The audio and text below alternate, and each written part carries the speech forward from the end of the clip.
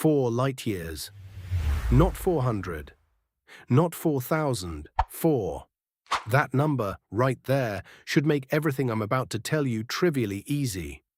Alpha Centauri, the nearest star system that resembles our own sun, sits so close in cosmic terms that the light reaching your eyes tonight left that star while most of you watching this were still in middle school. In 70 years of trying, with every instrument we could build, we could not confirm a single planet orbiting it. Not one. Then the James Webb Space Telescope looked and found a signal, a faint dot of light hovering beside the star, radiating heat from what might be a world. And then the dot vanished. What happened between August 2024 and February 2025 is not a story about a telescope. It is a story about 70 years of human longing, and the one observation that finally got an answer, even if that answer turned out to be a question. If you've ever stood outside at night, not as a tourist looking at scenery, but as a person who has lived long enough to feel the specific loneliness of knowing those lights are suns, with possibly worlds of their own, and that you will never reach any of them, this video is about that feeling, and about the moment it changed. Subscribe. Because what scientists found, and then lost, above the nearest star in our sky, says something about the human condition that no press release has ever had the nerve to say out loud. And it starts with understanding why the closest thing to us has been, for all of human history, the hardest thing to see. Picture this. You live next to a house, close enough that on a quiet night, and you can see the light in their kitchen window. You've seen it your entire life. The general shape of the family, the husband and wife, maybe a cousin living out back in a smaller cottage. You know they've been there since before you were born. But you've never been able to confirm one thing. Do they have children? Every time you walk over to knock on the door, the same thing stops you. A floodlight mounted above their porch, industrial grade, the kind that runs all night, blazing so intensely that it washes out everything within 20 feet of it. Every time, you can't see the door, you can't see the steps, you can't see whether anything smaller is moving around the yard. That house is Alpha Centauri. That floodlight is the problem that defeated professional astronomers for 70 consecutive years. Or let's actually talk about what Alpha Centauri is. Not the way a textbook would introduce it, but the way it actually presents itself to the universe. It is not one star, it is 3. The 2 main stars, call them A and B, are locked in a gravitational waltz so slow and so old that it embarrasses human timekeeping. They orbit each other once every 80 years. 80 years. The last time they completed a full circuit, Franklin Roosevelt was president, and the concept of a computer was a mathematician's theoretical fantasy. They swing as close together as the distance between our Sun and Saturn, then drift apart to nearly 4 times that gap, and then swing close again, and then drift, in a rhythm that has continued without interruption for longer than complex life has existed on Earth. They are close enough to be inseparable from our perspective, far enough to be 2 distinct stellar furnaces, each with their own properties, their own temperature, their own relationship to any planets that might dare to orbit them. Then, lurking far out in the dark, so far that light takes more than 6 weeks to cross the distance between it and the central pair, a 3rd companion. Proxima Centauri, the runt. A red dwarf so dim that if you placed it where our sun sits and tried to read by its light, you'd fail. It burns with less than 0.2% of the sun's luminosity. It is technically a star, in the way that a lit match is technically a fire. From Earth, all 3 appear as a single blazing point of light. The 3rd brightest object in the entire night sky, surpassed only by Sirius and Canopus. Brilliant enough that Polynesian navigators used it to cross the Pacific. Brilliant enough that indigenous peoples of the Southern Hemisphere built entire cosmological frameworks around it.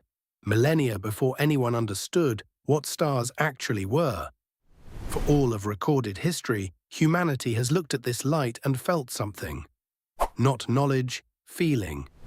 The specific pull of something nearby that you cannot quite reach. Now let's reckon in terms your body can feel, with how close 4 light-years actually is. The Voyager 1 spacecraft launched in 1977. It has been flying away from Earth continuously for nearly 50 years, longer than some of you watching this have been alive. It is at this moment the most distant human-made object in existence, farther from Earth than anything we have ever built or thrown or sent. At its current speed, Voyager 1 would need approximately 73,000 years to reach Alpha Centauri. Hold that number, 73,000 years, to travel 4 light-years. Now understand, when astronomers talk about nearby stars, they're talking about distances that are hundreds of light-years. When they talk about typical exoplanet host stars, the stars whose planetary systems we've catalogued by the thousands, those stars are routinely measured in hundreds or thousands of light-years. The exoplanets that the Kepler Space Telescope found, they orbit stars mostly between 600 and 3,000 light-years away. Most of the worlds directly photographed by large telescopes circle stars that are tens of thousands of times more distant than Alpha Centauri. By cosmic standards, Alpha Centauri is practically standing on our doorstep. This proximity should mean that finding planets there is trivially, embarrassingly easy. Nearby objects are brighter. Nearby objects subtend more angle in our sky. The same planet that completely vanishes into stellar glare at a distance of 100 light-years might shine with detectable clarity at 4. Proximity should be an overwhelming advantage.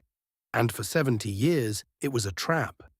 Here's the thing about Proxima Centauri, the red dwarf companion that the headlines kept getting wrong. It has planets, confirmed ones. Scientists found them years ago using a technique that measures the tiny gravitational wobble a planet creates as it tugs its host star forward and backward along our line of sight. The detection was genuine. The planets are real. So why isn't this story already over? Why aren't we celebrating the discovery of our nearest planetary neighbors and moving on? Because Proxima Centauri is not a star you'd want to live next to. Red dwarfs are not small versions of the Sun. They are a fundamentally different kind of stellar machine. They burn cool and dim, and they compensate for that dimness with violence, erupting with X-ray flares that periodically pour enough radiation into their immediate neighborhood to strip away planetary atmospheres. Not over billions of years, over millions.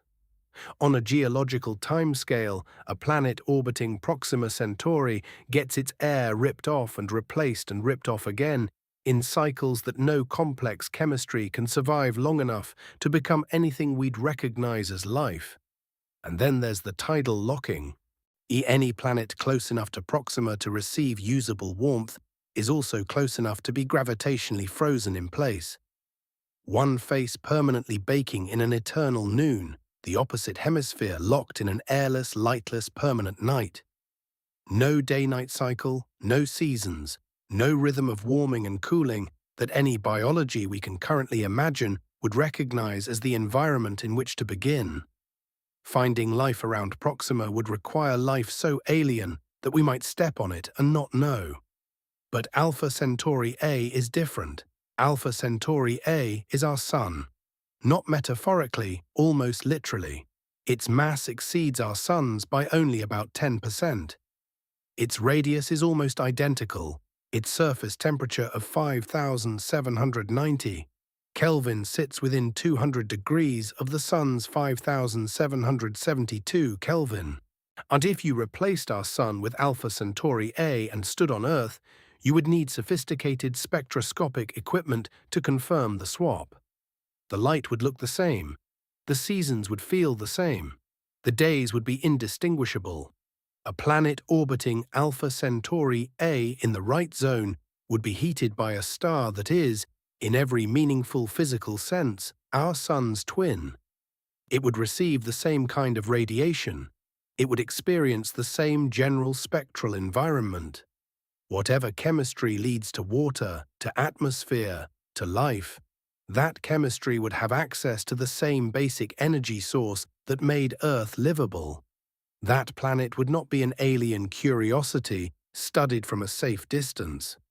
It would be, in the most precise sense the English language allows, a neighbor. So why, with all of this motivation, with the nearest possible target, with the strongest possible scientific and philosophical justification, why did 70 years of effort come up empty? Picture yourself standing in Times Square, New York City, midnight, every billboard running at full intensity, every screen cycling through ads in the 3-second loops they've been set to since 2014. Every neon sign reflecting off every wet patch of pavement in every direction. Somewhere in that wall of light, there is a single birthday candle. Your job is not to see it, not to detect it with a sensitive instrument. Your job is to photograph it clearly enough to measure its brightness, estimate the composition of its wax, and determine its precise position within the frame to an accuracy of 1 millimeter. That, scaled appropriately, is the contrast problem astronomers face when searching for planets around Alpha Centauri A. The ratio of stellar brightness to planetary brightness, in the mid-infrared wavelengths best suited for mature planet detection, exceeds 10,000 to 1. The candle is 10,000 times dimmer than the searchlight behind it. No human eye was ever going to find it. Finding it requires blocking out not just Times Square, but the reflection of Times Square off every window and glass surface and rain puddle within a mile. And Alpha Centauri insists on adding complications that no other nearby star imposes. Alpha Centauri B, the companion star, orbits close enough that it floods any instrument pointed at A with contaminating light. No coronagraph ever built can simultaneously suppress two bright stellar sources at different positions on a detector. Trying to find planets around Alpha Centauri A while Alpha Centauri B blazes in the same field of view is like trying to hold a precise conversation in a room where two different people are simultaneously shouting at you from different corners. You can try to tune out one voice. You cannot tune out both. Then there's the movement. Alpha Centauri has one of the fastest proper motions of any bright star in our sky, racing across the celestial background at a rate that, observed over a human lifetime, is actually visible to the naked eye. For an instrument that must hold a star centered behind a blocking mask with precision measured in thousandths of an arc-second, this is not an inconvenience. It is a continuously shifting target in a game where missing by the width of a human hair ruins the entire photograph. Every telescope ever pointed at Alpha Centauri built a version of this wall and then retreated from it. Every single one. Until a team of scientists decided that impossible was a hypothesis worth testing. Here is a thought experiment about patience. Imagine a scientist, let's call her Dr. Eleanor Marsh, because she represents hundreds of real people who actually existed, who spent 30 years of her career trying to detect a planet around Alpha Centauri. She submitted her first proposal in 1989. The instrument she proposed to use was the most sensitive spectrograph in the world at the time. The proposal was rejected. The telescope was oversubscribed. Other targets were considered more tractable, and the reviewers noted politely that the Alpha Centauri brightness problem made the observation technically challenging. She tried again in 1994. This time the proposal was accepted. The data came back clean, precise, and completely inconclusive. The star was too bright for the technique she was using to achieve the necessary precision. She published a paper establishing upper limits on what kinds of planets could not exist there, which is a scientifically meaningful result and feels, when you read it, like someone describing the shape of the hole where something should have been. She spent the next decade refining the method, arguing with colleagues about whether her approach was sound, watching the exoplanet revolution explode around other stars while Alpha Centauri remained stubbornly silent. And she was still working on it when she retired. She never got her answer. Is that a tragedy? Or is that what science actually looks like from the inside? Not the highlight reel of breakthroughs and press conferences, but the 70-year relay race where no single runner carries the baton all the way, where the person who invents the technique is not the person who uses it, where the question outlasts every individual who ever loved it. The search for planets around Alpha Centauri is that relay race. What follows is the story of the runners, and the one observation that finally might have changed everything. In October 2012, the cover of the journal Nature carried a headline that briefly made the entire world feel something. A team of European astronomers announced the detection of a planet orbiting Alpha Centauri B, not Alpha Centauri A, the solar twin, the slightly smaller, slightly cooler companion, but still the nearest stellar system, a world orbiting one of the stars of Alpha Centauri, an Earth-sized planet detected through the radial velocity method, tugging its host star back and forth as it completed an orbit every 3.2 days. The scientific caveats were there for those who read them. The planet, if real, orbited so close to the star that its surface temperature approached 1,200 degrees Celsius. Not habitable, not remotely hospitable, a planet of molten rock where any geology we recognize as planetary science would be constantly overwritten by heat. But it existed. It was a world, 4 light-years away.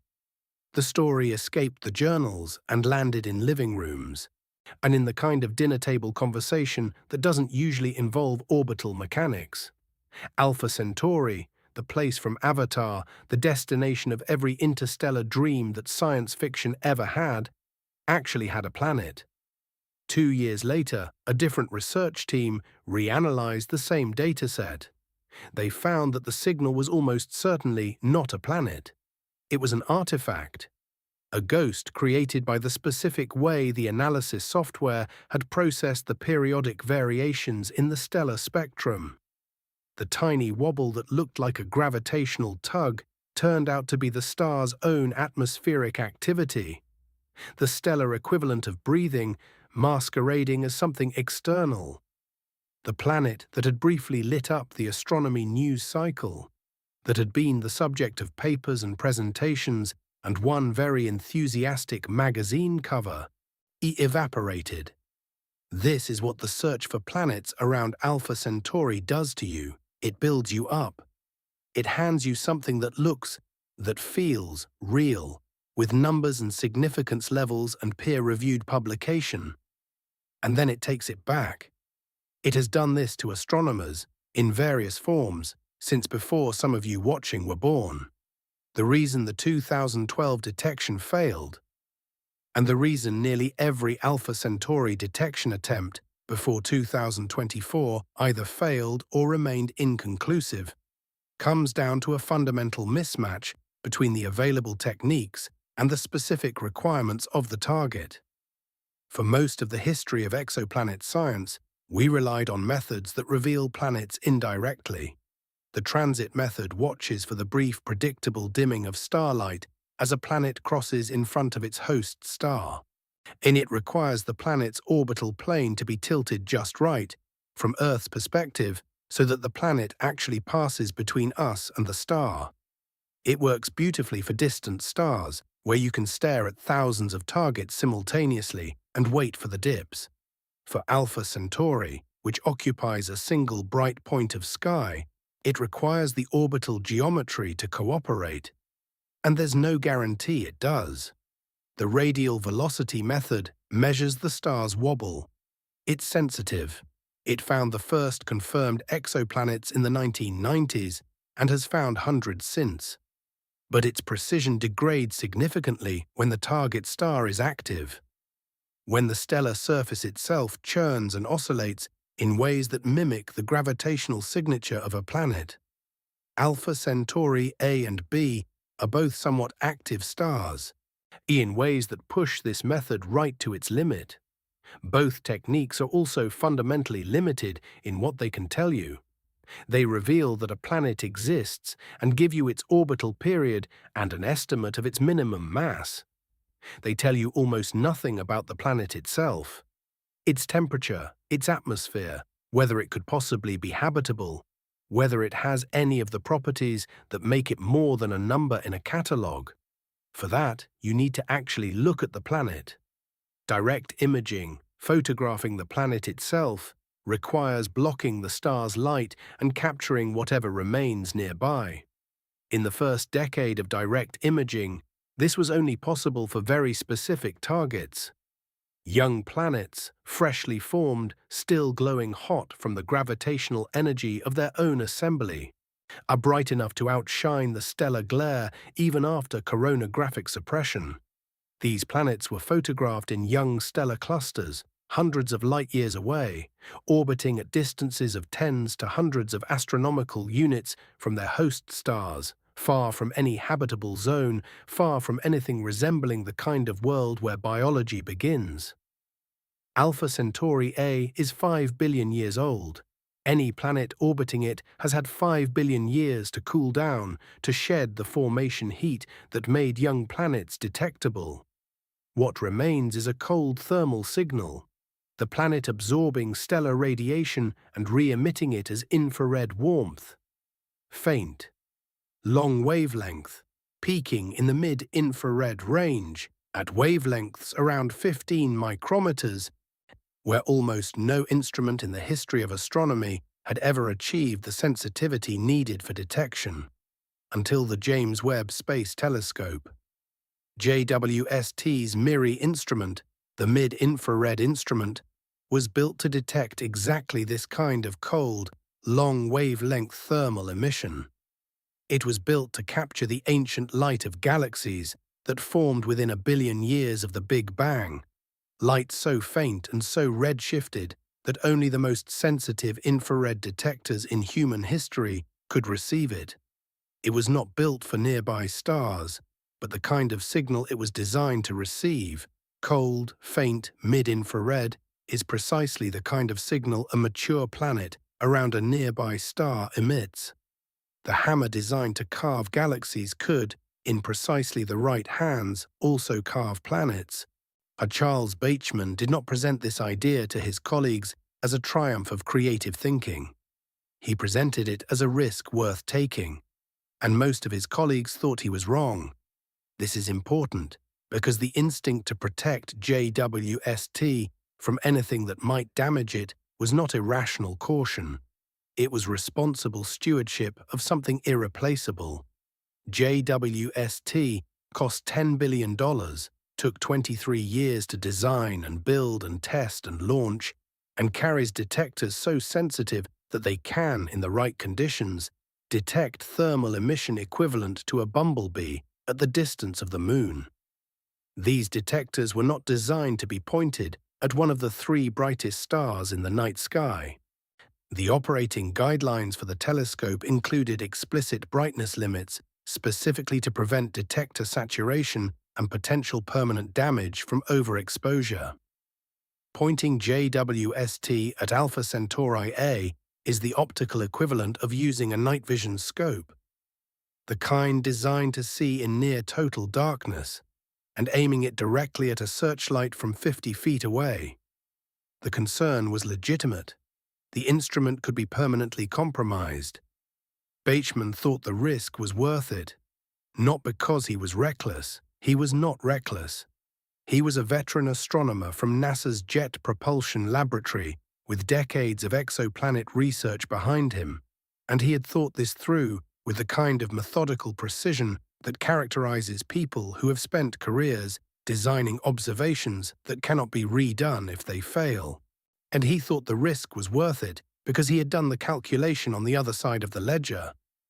Alpha Centauri A is the only Sun-like star close enough that a mature, cool, habitable zone planet is detectable with an instrument that currently exists, not a planned future instrument, not a theoretical next-generation observatory. JWST, right now, operating within this decade. If the window was missed, if the observation was delayed by conservative hesitation until the next generation of extremely large telescopes came online, that delay was measured in years or decades, not months. An entire scientific generation stood between maybe later and now. He was not willing to accept that delay. 4 technical problems stood between Beichmann's team and a usable observation. Each one was the kind of problem that causes experienced scientists to suggest abandoning the project entirely. The first problem: Alpha Centauri A is too bright to look at directly. JWST's Standard Target Acquisition Procedure, the process by which the telescope identifies and centers on its target, would, if aimed at something as bright as Alpha Centauri A, saturate and potentially destroy the instrument. The operating guidelines prohibited it. Standard procedures applied to this target would produce the scientific equivalent of a photograph taken by opening the camera shutter while facing the midday sun. The solution was counterintuitive to the point of seeming almost absurd. Don't look at it. The team identified a nearby reference star, Epsilon Muscae, a manageable red giant approximately 330 light-years distant, and used it as a stepping stone. Lock onto Epsilon Muscae first, using standard acquisition procedures. Achieve perfect pointing on the reference star. Then, without ever directing the instrument at Alpha Centauri, execute a precisely calculated blind slew, a mathematical offset derived from the exact known positions of both stars that would position Alpha Centauri A behind the coronagraphic mask based on pure arithmetic. The technique is called blind offsetting. The tolerance required: sub-milliarc-second positioning accuracy. 1 milliarc-second is the apparent size of a standard US quarter, viewed from a distance of roughly 3,000 miles. The team needed to reliably hit that quarter every time, without looking. The second problem: Alpha Centauri moves. Not just through space, every star moves.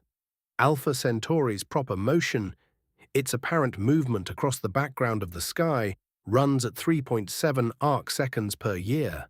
That rate is fast enough that, observed across a human lifetime, you can actually see the shift without a telescope. For an instrument that needs to position a star behind a mask to sub-milliarc-second precision, a target that is continuously drifting across the sky is not a scheduling inconvenience. It is a different engineering problem entirely. The offset coordinates calculated in January would place the star at the wrong position by March. Every single observation required fresh calculations, incorporating the exact date, the exact time of execution, and the current proper motion and parallax of the target. At Alpha Centauri's distance of only 1.34 parsecs, a parallax alone, the apparent shift caused by Earth's own movement around the Sun, shifts the star's apparent position by 750 milliarc-seconds between observations 6 months apart. The team built automated software pipelines that recomputed the offset from scratch for every scheduled window. Nothing could be assumed to carry over. The third problem: Alpha Centauri B contaminates everything. No coronagraph in existence can simultaneously block 2 stellar sources at different positions on a detector. Alpha Centauri B blazes in the same field of view as A, scattering its light across the detector in complex shifting patterns that change with the position angle of the observation and the exact pointing of the telescope. The solution was not to eliminate the contamination. The team accepted from the start that contamination was inevitable and designed their data reduction strategy around subtracting it.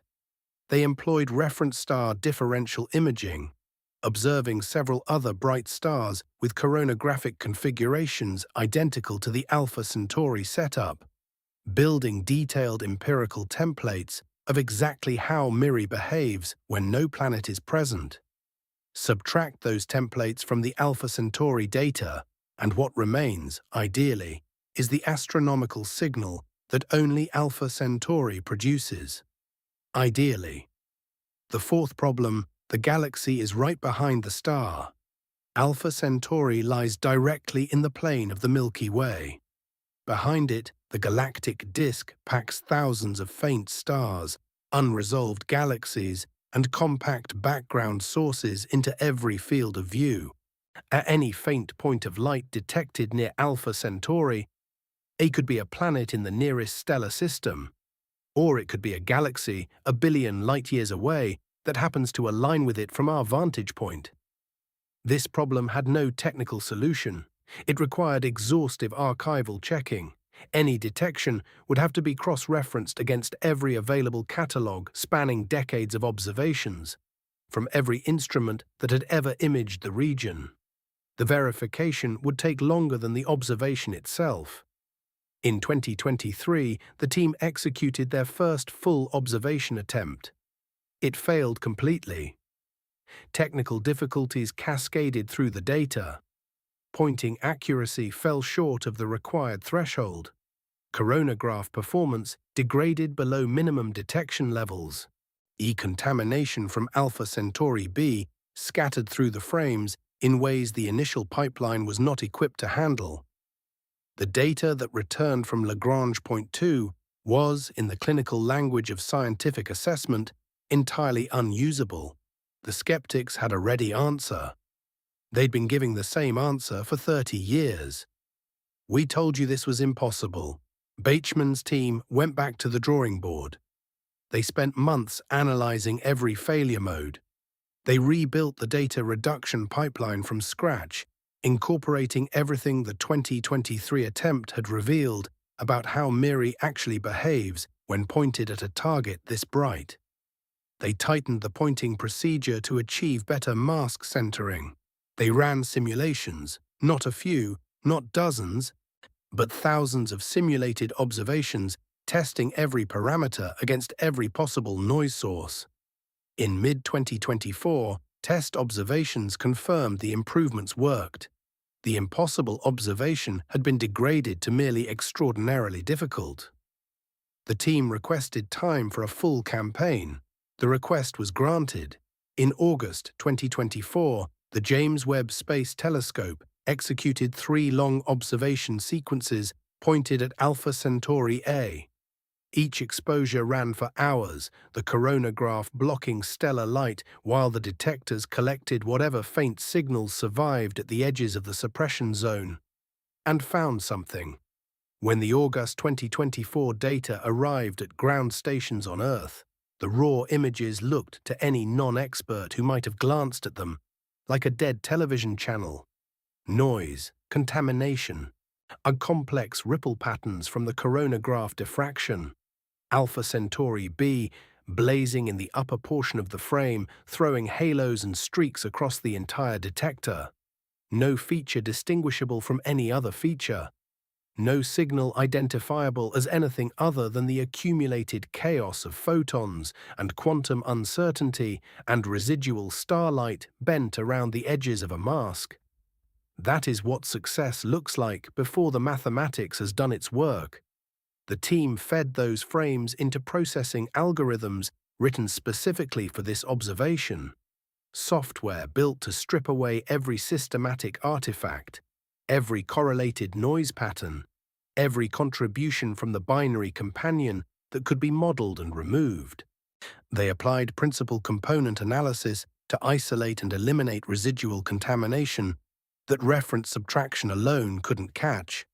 Layer by layer, the cleaning progressed, and in the processed image, at a separation of approximately 1.5 arcseconds from Alpha Centauri A, corresponding to roughly 2 astronomical units, out in the rough equivalent of Mars territory around that star, a point of light held its position. Faint, extraordinarily faint, more than 10,000 times dimmer than the star it presumably orbited. But there, not a streak, not a halo artifact.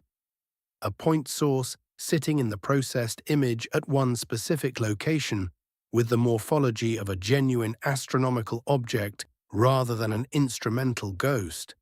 The team designated it S1. What S1's brightness and spectral characteristics told them immediately was this: temperature, approximately 225 Kelvin. That is minus 48 degrees Celsius. For context, the coldest temperature ever recorded in Antarctica, at Vostok Station in 1983, was minus 89 degrees Celsius. S1 runs warmer than an Antarctic winter, colder than a bad day on Mars. For a world orbiting at roughly 2 astronomical units from a star 50% more luminous than our Sun, this temperature was exactly what thermal physics predicted for a mature planetary body absorbing and re-emitting stellar radiation. Mass, the brightness-temperature relationship, pointed towards somewhere between 90 and 150 Earth masses. This is Saturn territory. Saturn itself masses about 95 Earth masses. Jupiter masses 318. S1, if the numbers held, I was a Saturn-class gas giant, large enough to have accumulated a massive hydrogen-helium atmosphere during the early days of its solar system, but fundamentally different in internal structure from its more massive Jovian cousins. Orbital position, 2 astronomical units from Alpha Centauri A. For reference, Earth orbits our Sun at 1 astronomical unit. Mars orbits at 1.5. S1, at the moment of detection, sat in the outer reaches of what planetary scientists would call the classical habitable zone of Alpha Centauri A, the orbital range where a rocky world could, in principle, sustain liquid water on its surface. Not because it was rocky. It wasn't. It was a gas giant, and gas giants cannot host surface oceans or the chemistry we associate with life. But gas giants are not alone. Here is where the physics stops and the imagination has to be given permission to enter. Saturn, the planet you can see from your backyard through a $50 department store telescope on a clear night, the one with the rings, the one that children draw when they're drawing space, possesses more than 270 known moons. 270 worlds orbiting a single gas giant. Some are captured asteroids, irregular and dark and featureless. But several are among the most scientifically extraordinary objects in our solar system. Titan, larger than the planet Mercury, wrapped in a dense nitrogen atmosphere thicker than Earth's own, where methane cycles through the climate the way water cycles here, evaporating from vast still lakes, rising into haze-filled skies, raining back down onto a surface where the temperature runs cold enough to freeze carbon dioxide, but warm enough for liquid hydrocarbons to flow. Organic chemistry happening continuously in an environment that in some structural ways resembles what Earth's chemistry might have looked like 4 billion years ago, before anything alive had gotten started. Enceladus, a small bright moon that should, by the standard logic of its size and distance from the Sun, be a frozen, geologically dead rock. Instead, a confirmed global subsurface ocean kept liquid by tidal forces from Saturn's gravitational field. Geysers erupting from fractures near the South Pole, spraying water vapor and organic molecules directly into space. Scientists have flown spacecraft through those geysers and tasted the chemistry of an alien ocean without landing. Among the planetary science community, Enceladus is considered one of the most promising locations for microbial life anywhere in the solar system. Europa, orbiting Jupiter, not Saturn. An ocean estimated at 100 kilometers deep, covered by a shell of ice, maintained as liquid not by proximity to a warm star, but by the relentless gravitational kneading of Jupiter's enormous tidal field. Hydrothermal vents on the ocean floor, where heated water meets cold water in the chemistry-generating gradients that, on Earth, host some of the most diverse microbial ecosystems on the planet. If S1 exists, And if it formed the way gas giants generally form, accumulating a disk of material around it during the early solar system that gradually coalesced into moons, then S1 almost certainly has moons. Not a few, potentially dozens. Some of them are given S1's position in the habitable zone of a sun-like star, could be warmed not just by tidal forces from the planet below, but by direct stellar radiation from above. A moon orbiting S1 at the right distance could have surface liquid water, not subsurface, buried under kilometers of ice. Surface, open, evaporating into a sky that shows two suns on a clear day. One yellow-white and familiar, the other a brilliant orange ember farther out, tracing its 80-year orbital arc, 4 light-years away. Before the August 2024 signal had been fully analyzed, something surfaced from the historical record that nobody had expected. In 2019, a team of astronomers using the European Southern Observatory's Very Large Telescope in Chile had recorded a faint mid-infrared signal near Alpha Centauri A. Not strong enough to claim a detection. Not stable enough against the atmospheric turbulence that blurs ground-based observations and manufactures false signals with heartless efficiency. The signal, designated C1, had been noted in a paper, cautiously, as a hint. A candidate requiring better data. It had been filed away in the archive and largely forgotten, because the astronomical community had been burned often enough by Alpha Centauri claims that provisional detections without space-based confirmation no longer moved the needle. C1 sat in the archive, unconfirmed, unremarkable in isolation, but C1 had appeared at approximately 1.1 astronomical units from Alpha Centauri A. S1 appeared at 2.0. A planet on an eccentric orbit, an elongated ellipse rather than a circle, would appear at different distances from its star depending on when you caught it. In 2019, and if C1 was real, the planet was near its closest approach to the star, inside 1.1 astronomical units. In August 2024, if S1 was the same object, it had swung out to its farthest point at 2.0 astronomical units. One planet, 2 glimpses. Separated by 5 years of orbital motion that neither telescope had been designed to follow. The clue had been sitting in the archive, unread, for 5 years, waiting for the right question to make it legible. If C1 and S1 were the same world, then this planet had been trying to announce itself since 2019, and humanity had been, as it often is, with things that require patience and precision, just barely not ready to hear it. The verification process began immediately, because the stakes were too high to be wrong, and the team knew it. Could S1 be a background galaxy? And compact, distant galaxies occasionally appear as unresolved point sources, mimicking the morphology of nearby planets. The team cross-referenced the S1 position against every available catalogue. Simbad, NEDI, Gaia, archival images from Hubble, Spitzer and multiple ground-based facilities spanning decades of observations. Nothing appeared at that location in any dataset. No previously identified object at any wavelength had ever been recorded at those coordinates. Could it be an asteroid or solar system body passing through the field? Solar system bodies move. Their motion is detectable over hours. Motion analysis of the S1 signal across the full August observation sequence showed it remaining stationary relative to Alpha Centauri A throughout. Not a transient visitor. Could it be an instrumental artifact? This was the most serious competing hypothesis.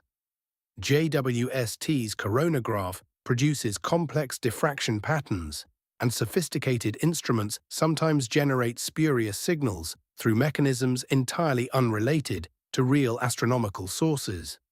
The team performed injection recovery tests, inserting simulated planetary signals with known parameters into the raw data, running the same analysis pipeline, confirming that genuine signals and artifacts behaved differently in measurable ways. S1's behavior was inconsistent with known artifact signatures. Every alternative explanation tested. Every alternative explanation rejected. A genuine astronomical source existed beside the nearest Sun-like star to Earth. 5.5 sigma statistical significance. 1 in 10 million probability that the detection was random noise. Something real was there. And the team knew, they said so explicitly in the papers they were already drafting, that a single observation epoch could not constitute confirmation. Confirmation required watching the object move. A planet must orbit its star in patterns governed by gravity, patterns predictable by orbital mechanics that have not failed astronomers since the 17th century. If S1 was real, it would appear at a different position in a follow-up observation, and that position would be consistent with a gravitationally bound object, tracing a Keplerian arc around Alpha Centauri A. The Space Telescope Science Institute granted directors discretionary time, emergency access, reserved for the most scientifically urgent situations, almost immediately. 2 follow-up campaigns were scheduled. February 2025, April 2025. The community waited. Orbital mechanics is not complicated to understand at this level. If S1 is real, it will be somewhere specific in February. Not exactly where it was in August. 6 months of orbital motion would have carried it along its path. But somewhere that can be predicted. Somewhere that a competent analysis of the August data can specify in advance. Planets do not disappear. They orbit. That is, in the most literal sense, what planets do. The universe had never, in all the billions of years it had been running planets around stars, ever produced a planet that simply stopped obeying Newton's first law.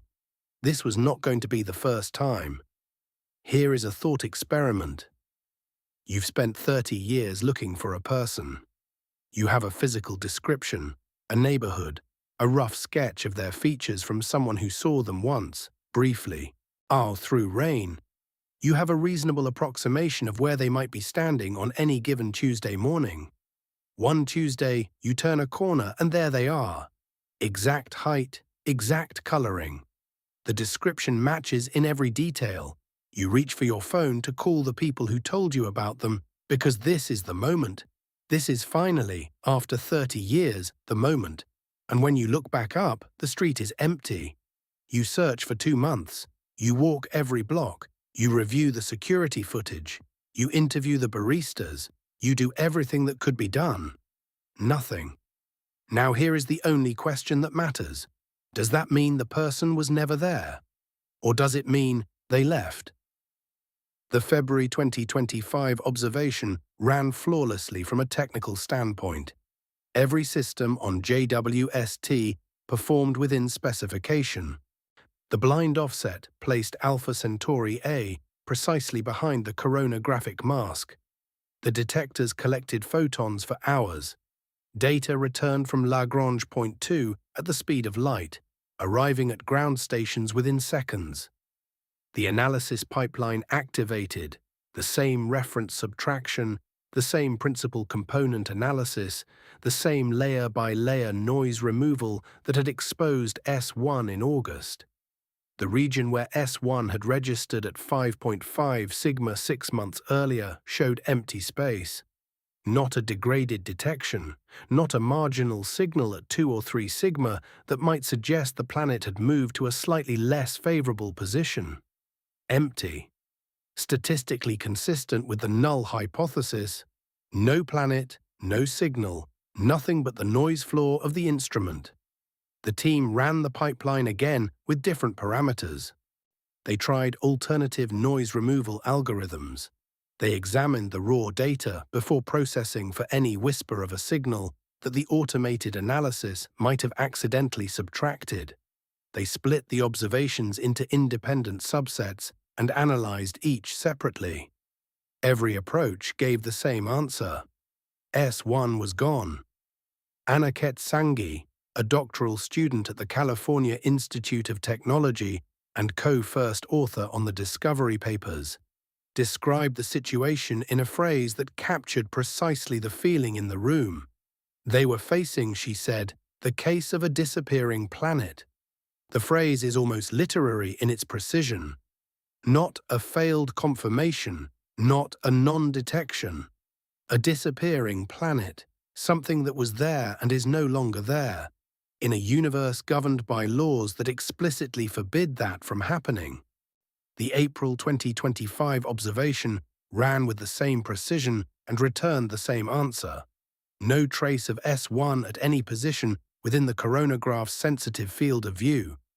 2 independent observation campaigns, separated by 2 months, conducted with the same instrument and analyzed with the same methods that had produced the original detection. Nothing.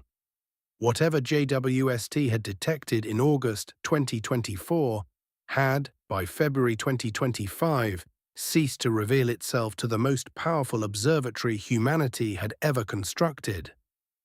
3 hypotheses, exactly 3. And in early 2025, no one could honestly claim certainty about which one was true.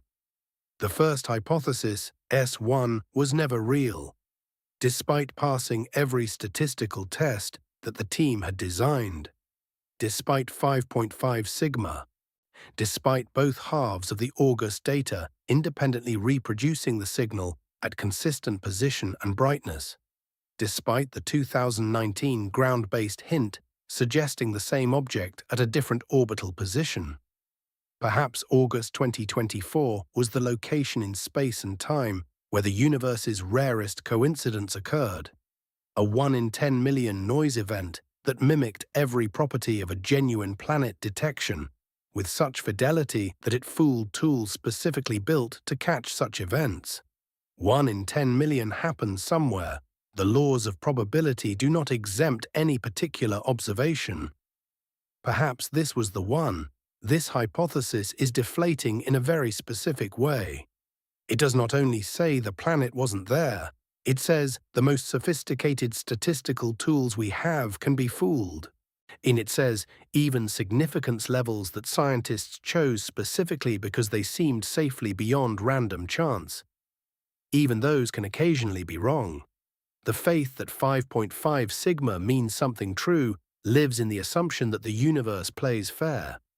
Perhaps on a Tuesday in August 2024, it didn't. There is something genuinely unsettling about sitting with that possibility. The thought that the instruments we've built to see reality might, in rare moments, construct a reality that isn't there. The thought that knowledge and illusion can be made, under the right conditions, to look identical. The second hypothesis.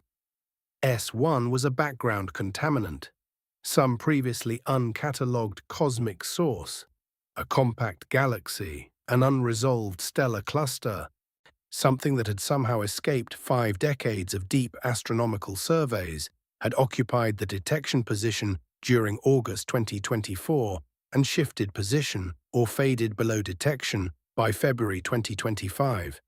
The team searched every available catalogue. The Gaia spacecraft, which has mapped the positions of nearly 2 billion stars to extraordinary precision, found nothing at that location. Archival images from multiple facilities spanning decades found nothing. The spectral signature of S1 was consistent with a cool planetary body, not a galaxy. An uncatalogued background source capable of producing a signal this strong and then disappearing this completely would have to have been missed by every survey ever conducted of that region of sky. It would have to possess unusual properties not observed in any known class of object. Possible. Barely. The third hypothesis, S1 is real, and it moved. Not out of the system, not away from Alpha Centauri, into a region of the coronagraph's field where the instrument is, structurally, unable to see. This requires understanding something about coronagraphs that rarely appears in press releases. Coronagraphs do not provide uniform sensitivity across their entire field of view. They do not create a clean, dark region around the blocked star, where any nearby object can be detected with equal efficiency at all positions and distances. Physics won't allow it. Diffraction, the tendency of light waves to bend around physical barriers, is not negotiable. When the star's light encounters the coronagraph mask, some fraction bends around the mask's edges rather than being blocked. This diffracted light creates complex patterns of residual brightness that vary dramatically depending on angular distance from the mask center and on position angle around the star. At some distances and angles, the instrument achieves excellent contrast.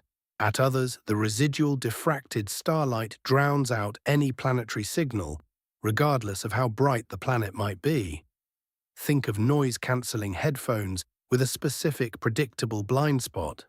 Sounds arriving from directly in front of you are suppressed to near silence. Sounds arriving from a certain angle off to the right pass through as if the headphones weren't there. A person standing at that angle could be shouting and the wearer would not hear them clearly. The headphones are working perfectly. The silence and the noise are both products of how the technology interacts with geometry. A coronagraph's dead zones are like that, and crucially, they move relative to a planet as the planet moves through its orbit. A world on an eccentric, elongated orbit oscillates continuously between closer and farther distances from its star. At certain phases of its orbit, it occupies positions where the coronagraph achieves adequate contrast. The stellar glare suppressed, the planet visible, the signal detectable. At other phases, it has moved inward or to a different angular position where the diffracted starlight drowns it completely. A genuine planet can disappear and reappear based on nothing more than the geometry of where it is in its orbit at the moment you look. The August 2024 observation may have caught S1 near the farthest point of its orbit, its aphelion, sitting at 2 astronomical units, in a position where the coronagraph achieved the necessary contrast. By February 2025, the planet may have moved inward, toward its closest approach to the star, its perihelion, entering the region where stellar glare makes detection impossible. The planet did not disappear. The planet went somewhere the telescope cannot see. Those are profoundly, fundamentally different statements. The team ran orbital simulations, not dozens, millions. Every gravitationally stable orbital configuration, consistent with all available observations, was mapped, tested, and characterized. The constraints were tight.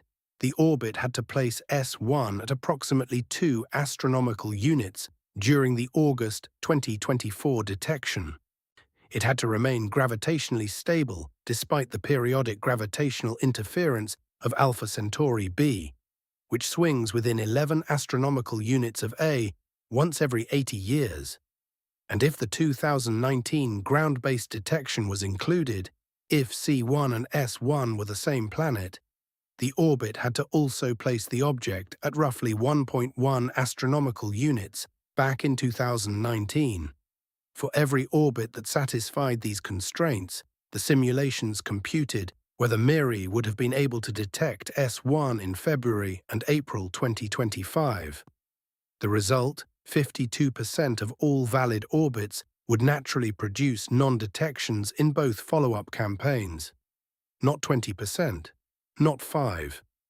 More than half. The disappearance of S1 between August 2024 and early 2025 is statistically more probable if the planet is real than if it isn't. Let that settle for a moment. At the non-detections, the 2 months of empty space where scientists expected to find a world, are not evidence against the planet's reality. Carefully interpreted against the full probability distribution of allowed orbits, they are mild evidence for it. A planet following the family of orbits consistent with all available data was more likely to be invisible in early 2025 than visible. The disappearance is the expected behavior of something that exists. If the simulations are correct, here is what S1's life in space looks like. Its orbit traces an elongated ellipse with an eccentricity around 0.4. Earth's orbital eccentricity is 0.017, nearly circular. Mars, with its noticeably oblong path, reaches 0.09. S1's 0.4 eccentricity places it among the more dynamically lively worlds in any solar system, swinging between roughly 1 and 2 astronomical units from Alpha Centauri A, spending part of its year in conditions resembling Earth's distance from the Sun, then retreating outward toward the equivalent of Mars and beyond. It completes one orbit in approximately 2 to 3 Earth years. Its orbital plane tilts roughly 50 degrees relative to the plane of the Alpha Centauri AB binary system, significantly misaligned with the orbital architecture of the stars themselves. Planets generally form from material in the same disk that shape the stellar orbit, inheriting the same angular momentum orientation. A planet tilted 50 degrees from the binary plane was either born under unusual conditions or was pushed, sculpted by billions of years of gravitational torque from the companion star, slowly tipping an initially aligned orbit into its current orientation through a mechanism that operates across geological timescales in ways that are difficult to simulate precisely. There is something almost violent in that tilt, something that speaks to a long history of forces acting on this world that it had no control over. A planet shaped by a companion star it never chose to orbit near. A world pushed sideways by gravity on a timescale that dwarfs the entire history of life on Earth. And still there, still orbiting, still tracing its eccentric path around a sun-like star 4 light-years away, and in a place where theory predicted planets could barely survive. The universe did not make this easy for S1. It persisted anyway. Possibly, there is a specific kind of frustration that English has no precise word for. Not the frustration of failure. That's clean. You tried, it didn't work. You understand why, you adjust. Not the frustration of a wrong answer. Also clean. Wrong answers teach you which direction not to walk. This is the frustration of a question that has been correctly asked, with the best available tool, and returned a result that is simultaneously probably true and impossible to confirm. Not forever, but now, today, with what we currently have. The frustration of standing in exactly the right place, with exactly the right instrument, looking in exactly the right direction, and being unable to see whether what you're looking for is there. S1 currently occupies that space, the territory between tentative detection and confirmed discovery. Between we found something and we know we found something. That territory, as it turns out, is a very human place to live. The S1 story, from detection in August 2024 through the non-detections of early 2025, revealed something that the field of exoplanet science largely knew but rarely stated plainly in papers written for general audiences. We don't observe planets. We observe windows. For transit surveys, the window is the brief hours when a planet crosses its star's face from Earth's line of sight, which requires the orbital plane to tilt just so, which roughly 1 to 2% of planetary orbits happen to do as viewed from any given point in space. Transit surveys found thousands of planets, not because they are particularly complete, but because they stared at so many stars simultaneously that even a 1% geometric probability produced a large catalogue. For every transiting planet we found, there are likely 50 or 100 others that we missed because their orbital planes don't cooperate with our viewing angle. For radial velocity surveys, the window is the portion of an orbit when the stellar wobble is large enough to measure. At a signal-to-noise ratio the spectrograph can achieve, above the natural stellar noise floor. For planets around active stars like Alpha Centauri, that window narrows dramatically. For direct coronagraphic imaging, in the window is the narrow range of angular distances and position angles where the instrument achieves adequate contrast. and that range moves as the planet orbits. Outside these windows, planets are invisible. Not absent, invisible. The distinction is enormous, and the history of exoplanet detection has repeatedly collapsed it. We have called non-detections evidence against, when we meant we were looking through a narrow slit at a moving target, and it wasn't in the slit when we looked. We have published upper limits as though they bounded reality when they only bounded what we could see. S1, if it exists, is currently in the dark between windows. The planet didn't fail to be there. We temporarily ran out of window. Here is something the orbital dynamics of Alpha Centauri will not tell you, but deserves to be said. The binary star configuration that supposedly made planet formation impossible, that was supposed to strip away the protoplanetary disk, disrupt the gravitational collapse of planetesimals, prevent worlds from coalescing in the region where Alpha Centauri A and B disturb each other. That configuration created marginal stability zones, orbital real estate where planets could survive if the conditions aligned, if the eccentricity fell in the right range, if the inclination happened to thread the needle of gravitational resonance correctly.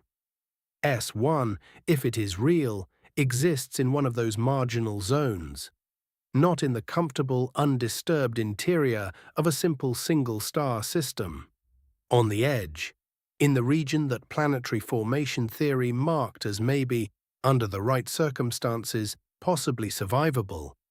A planet that formed in the worst possible neighborhood for planet formation and survived anyway, tilted by its neighbor, pushed into an eccentric orbit by forces acting on it over billions of years, orbiting at the unstable frontier of what the physics allows, and still there. If that is not a metaphor for something familiar to anyone who has lived past 30, I don't know what is. The orbital models make a specific testable prediction, based on the family of gravitationally stable orbits consistent with all available data. The August 2024 detection, the February and April 2025 non-detections, and the possible 2019 signal, S1, should return to detectable positions in the MIRI coronagraphic field of view around August 2026. Not vaguely, not sometime in the late 2020s. August 2026. A specific window, a specific approximate position, a specific predicted brightness range.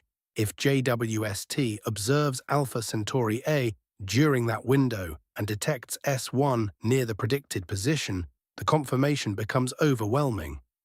3 independent detections spanning 7 years, 2 from space, 1 from the ground, consistent with a single coherent orbital solution verified across multiple instruments. No statistical fluctuation produces that. No background contaminant explains it. A gravitationally bound object tracing an eccentric arc around a sun-like star, 4 light-years from Earth. If JWST observes during that window and detects nothing despite favorable predicted geometry, the mystery deepens. Either the orbital models require revision to accommodate configurations that hide the planet longer than expected, or August 2024 was genuinely the unluckiest false positive in the history of exoplanet science. Scientists have already begun preparing.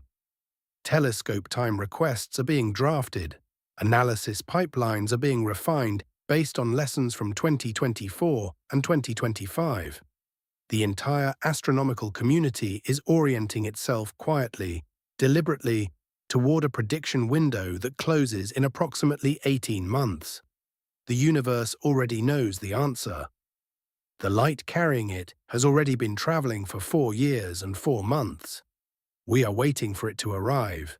If confirmation comes, if August 2026 produces the 3rd detection that completes the case, the implications extend in directions that are individually significant and collectively transformative. For planetary formation theory, binary star systems like Alpha Centauri represent roughly half of all Sun-like stars in the Milky Way, 200 billion stars in our galaxy, half in binary or multiple configurations. If planets can persist in the Alpha Centauri habitable zone despite the gravitational harassment of a companion star 11 to 36 astronomical units away, then the galactic census of potentially habitable worlds needs to be substantially revised upward. Not by a few percent, the estimates double. For direct imaging, every other mature planet ever directly photographed orbits a young star, still glowing from formation. S1 would be the first mature, 5-billion-year-old world captured by a direct imaging instrument, opening a population of cool, old planets that was previously invisible to every technique we had. And for the search for life, a Saturn-class world in the outer habitable zone of the nearest Sun-like star, with a moon system that almost certainly includes worlds with internal heating, with a star that provides the same spectral environment as our own Sun, with an orbital history suggesting stability over geological timescales. The question, is there life elsewhere in the cosmos, would have a specific address to look at first. 4 light-years. Not 400. Not 4,000. 4. Close enough that the Breakthrough Starshot initiative, which proposes accelerating gram-scale spacecraft to 20% of light speed using Earth-based laser arrays, would reach the system in approximately 21 years, plus 4 years for the return signal, within a single human lifetime from launch to receipt of close-up images.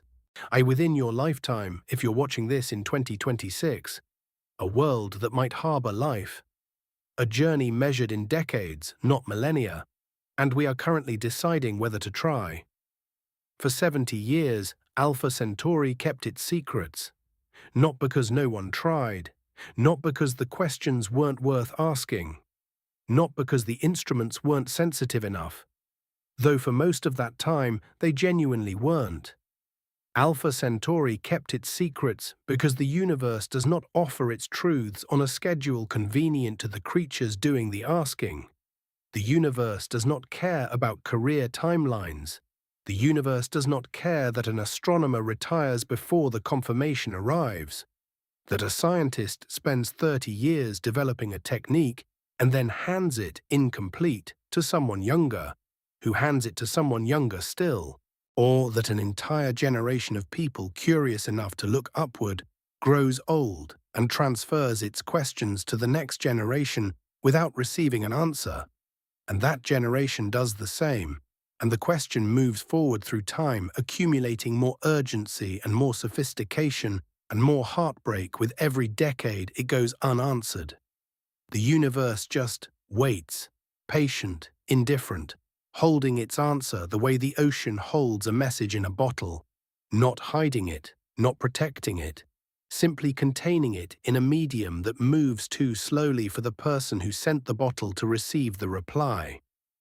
And we are the species that finds this intolerable. This is the thing about humanity that I believe the universe, if it had awareness, would find most strange.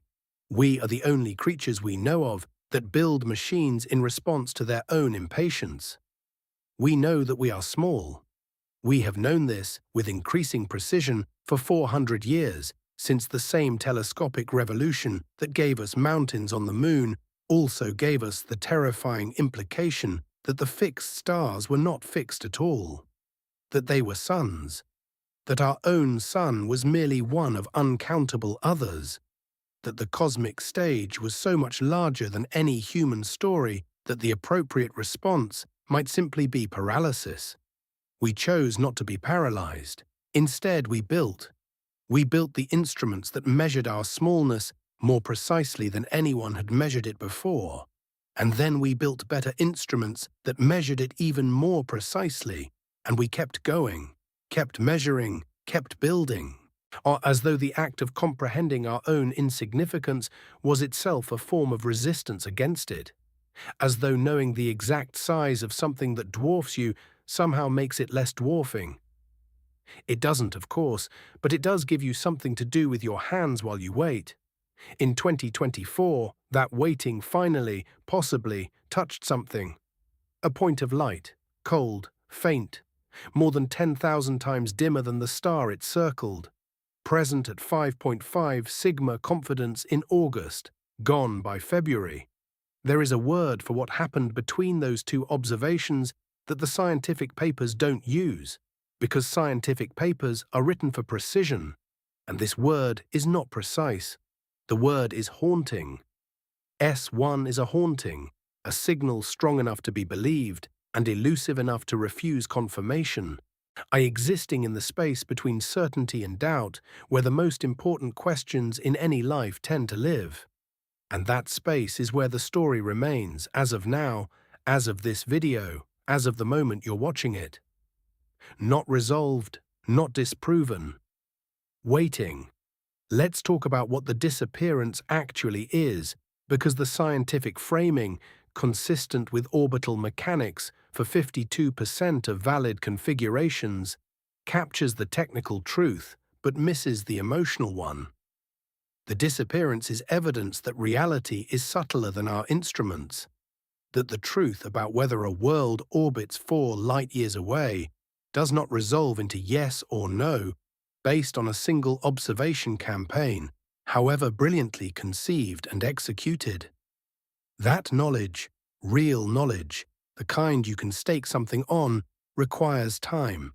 It's multiple observations, multiple epochs, multiple instruments, the patience to wait for a planet to swing back into view and announce itself again in a way the universe cannot take back. The disappearance is evidence that science is not a door that opens once and stays open. It is a door that opens a few inches and then swings back and asks you to push again, and push again, and again. Not because the universe is malicious, because truth is earned at this scale, not delivered. Because the questions worth answering are not the ones with answers easily reached. They are the ones where the reaching is the point, where the act of building the instrument and designing the observation and checking the result and rebuilding the analysis, when the result disappoints, is itself the thing that human civilization is in the business of doing. We are in the business of asking questions we cannot yet answer. Alpha Centauri has simply been the most honest about what that business actually costs. Here is what I want you to carry away from this story, because it is the thing that the press releases miss and the papers can't quite say, and the news cycle doesn't have room for. The significance of S1, the reason this detection matters and will continue to matter regardless of what August 2026 reveals, is not the planet, it is the proof that we can look. For all of human history before August 2024, the habitable zone of Alpha Centauri A was, in the most literal sense, invisible to us. Not uninvestigated, not poorly explored, invisible. No instrument we had possessed the technical capability to detect a mature planet there. The answer to does Alpha Centauri A have worlds was permanently behind a wall of glare that our best technology could not penetrate. Bateman's team knocked that wall down. Not by having better technology, JWST is better, but it was also working well outside its design parameters. They knocked it down by being unwilling to accept that the wall was final. By treating impossible not as a conclusion, but as a description of the current state that could be changed by sufficient ingenuity and stubbornness. By failing in 2023 and going back to the drawing board and failing differently and going back again. The observation barrier that protected Alpha Centauri's secrets for all of prior human existence has been broken. That achievement does not reverse itself if S1 turns out not to exist. That achievement does not reverse itself if every follow-up observation through the 2030s finds nothing. The wall is down. The region is now searchable. Whatever worlds exist in the habitable zone of our nearest Sun-like stellar neighbor will now, in principle, reveal themselves to instruments pointed in the right direction at the right time with the right analysis. We went from forever unknowable to answerable with patience. In a single August. Think about what you were doing in August 2024. The news was full of things that will not be remembered in a century. Elections and disasters and controversies and the daily accumulation of events that feel urgent in the moment and turn out to be, in the long retrospect of history, background noise.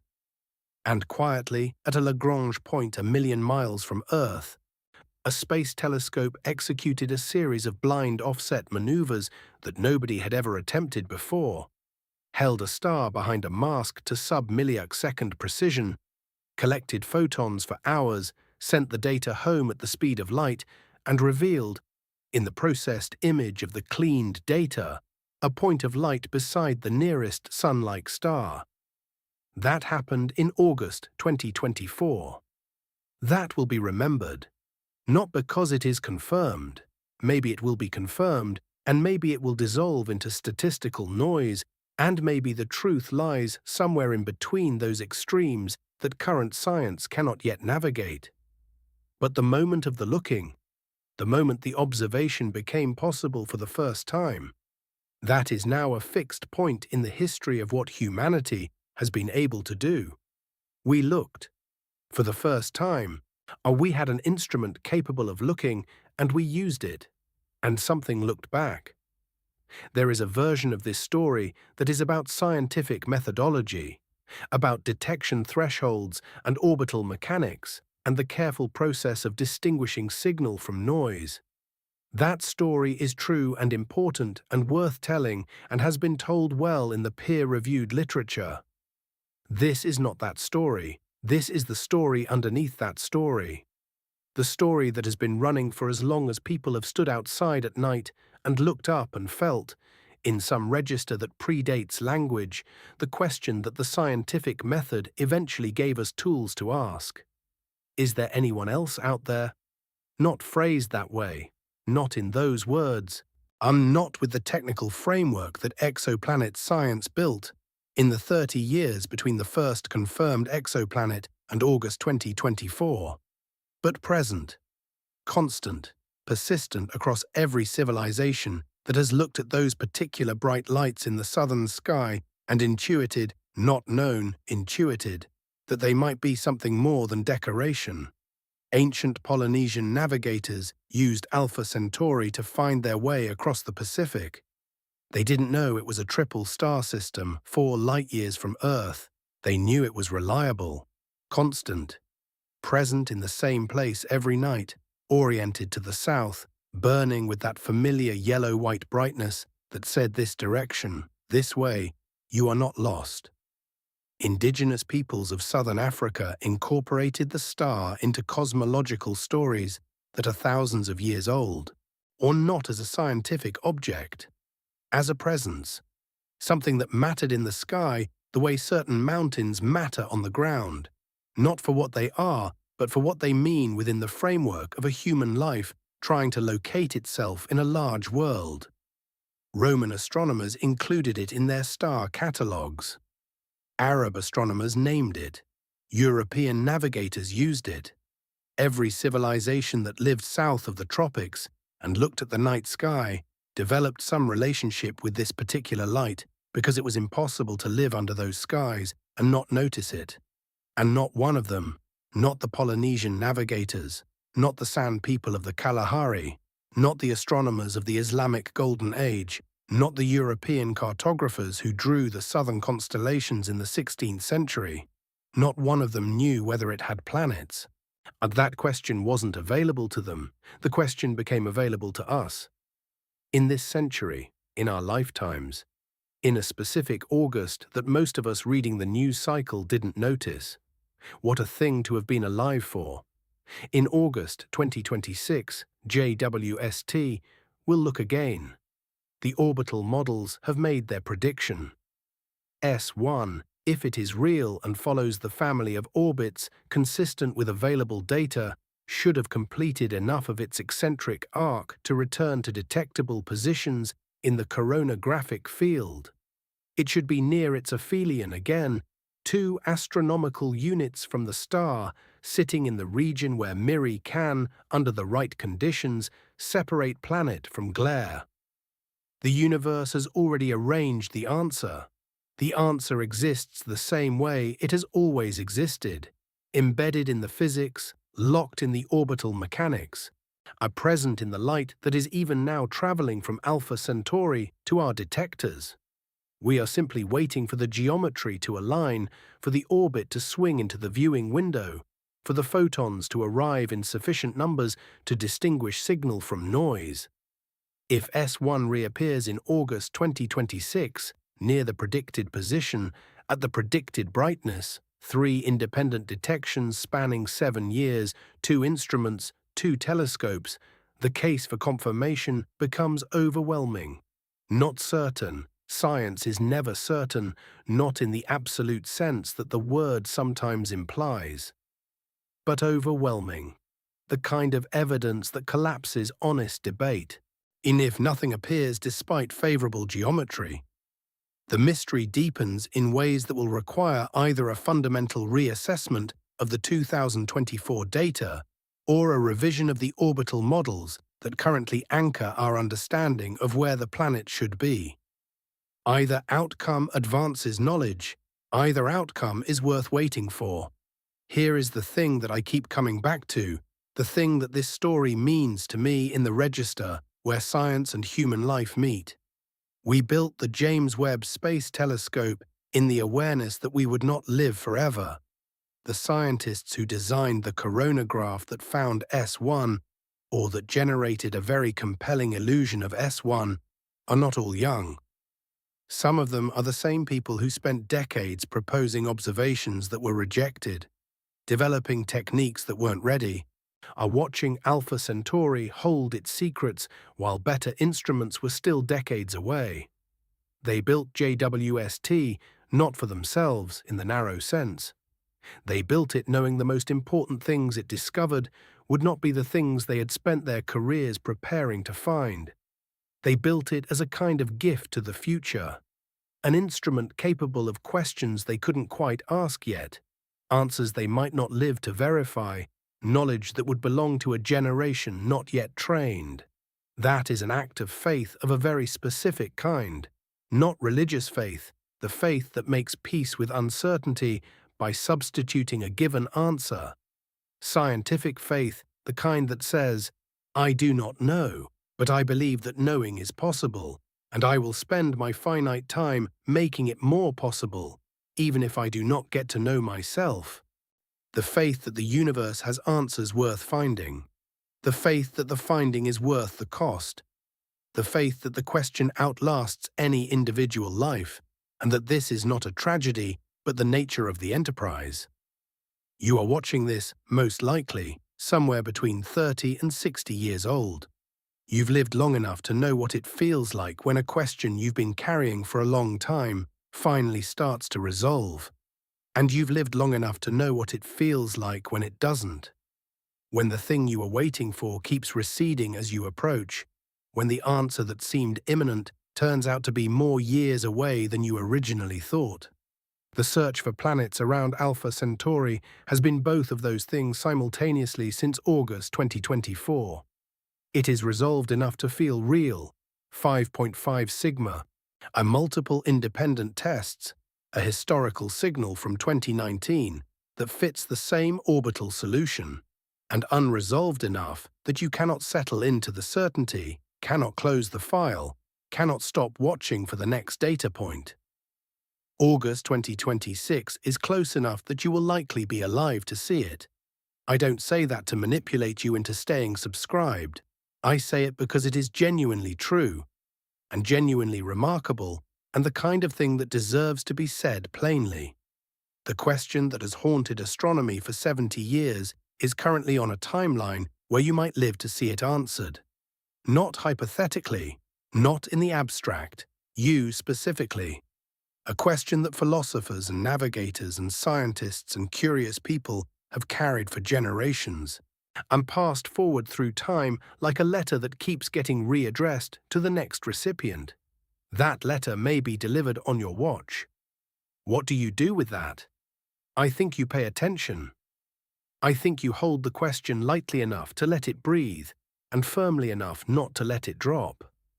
I think you look up when you have the chance, and remember that the light coming toward you from that particular blazing point in the southern sky left its source before you finished high school and has been traveling toward you ever since, carrying information about a solar system that may or may not have worlds, that may or may not have moons with liquid water, that may or may not have chemistry assembling itself into something that will never know you exist, but is, in the most fundamental physical sense, made of the same atoms as you are. I think you let that mean something. The 70-year knock is not over. It may not be answered in August 2026. It may not be answered in a single campaign or a single decade. The universe has a long history of declining to resolve its largest questions on any particular schedule, regardless of how elegantly the orbital models are constructed or how precisely the coronagraph is positioned. But the door is no longer solid, the light is getting through. And somewhere, 4 years and 4 months away at the speed of light, the answer to the question that every person who ever looked at those particular stars has carried in some form, the answer already exists, is already real, has already been determined by the physics that locked the orbital mechanics into place billions of years ago. We are only now building instruments sensitive enough to receive it.